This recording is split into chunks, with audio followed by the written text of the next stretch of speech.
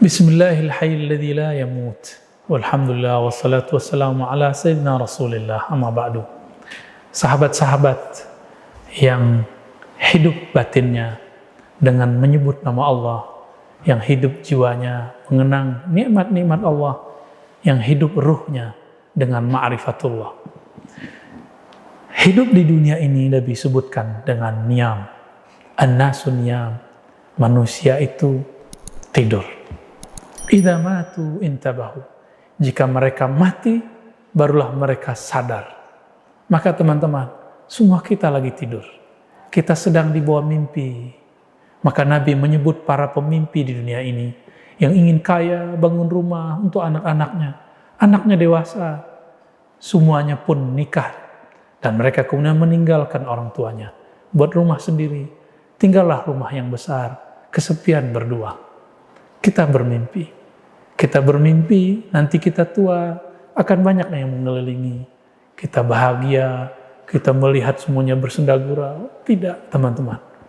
An-nasu niyam. Orang-orang itu tertidur, sedang bermimpi panjang. Pemimpi ini ada yang masih kecil, ada yang sudah remaja, ada yang sudah dewasa, bahkan ada yang sudah kemakan usia. Tapi masih menjadi pemimpi, belum sadar bahwa ada kehidupan kesadaran setelah ini. Iza matu intabahu. Jika mereka sakarat, jika mereka mati, barulah mereka sadar. Maka teman-teman, kehidupan setelah ini, itu ibarat orang ketika tertidur, lalu lagi asik bermimpi, lalu dia bangun.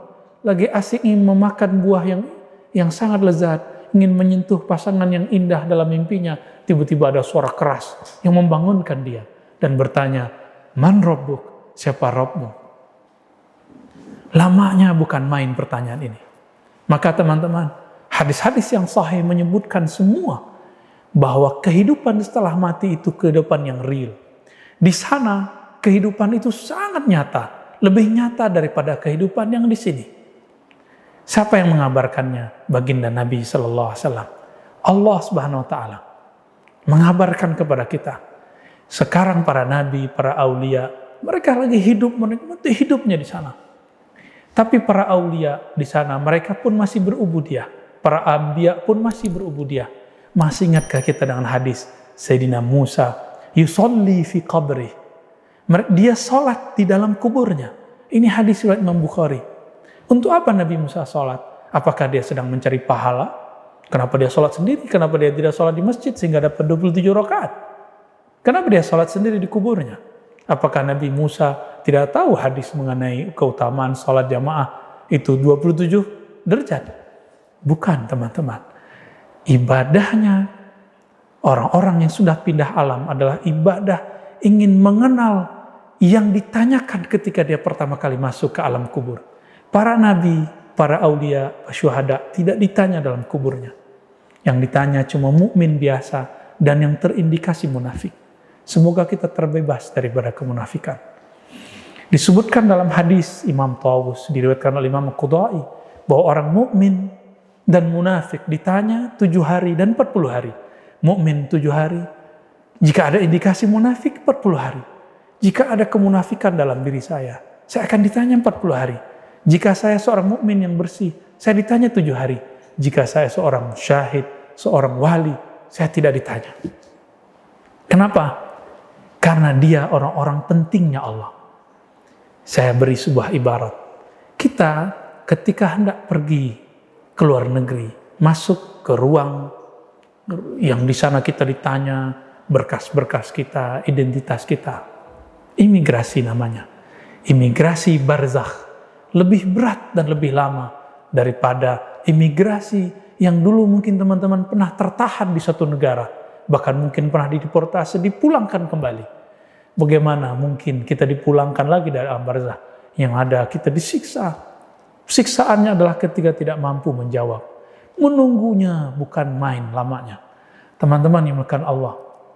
Maka kehidupan di sana adalah kehidupan ma'rifatullah. Inilah yang dikatakan dalam hadis tadi. Ketika orang masuk ke dalam kubur, tidak tanya kamu sholat berapa, kamu udah zikir berapa, kamu udah khatam berapa. Yang ditanya, man rabbuk, siapa Rabbmu? Man di situ adalah pertanyaan ma'rifatullah, mengenal Allah. Inilah kehidupan yang kita cari. Mari kenal Allah di bumi ini ketika ruh masih di badan. Ketika ruh nanti sudah berpisah dari badan, tubuh ini mati, Allah mengatakan kullu nafsin dha'iqatul maut. Setiap nafs jiwa pasti mati. Ruh tidak pernah mati. Meninggalnya jiwa, berpisahnya sang jiwa daripada badan yang hina, badan kembali ke tanah. Jiwa masuk ke alam barzah. Ruh, jika dia wali Allah, dia dipanggil di sisi Allah inda rabbihim. Jika tidak, dia harus mencari lagi, dan pencariannya lebih susah daripada di alam ini. Mari kunjungi ahli ma'rifatullah. Mari berguru kepada ahli zikrullah. Mari cari orang yang bersanad kepada Sayyidina Rasulullah sallallahu alaihi wasallam. Hidup yang hakiki, hidup bersama Allah yang maha hidup. Wa sallallahu ala sayyidina Muhammad. Assalamualaikum warahmatullahi wabarakatuh.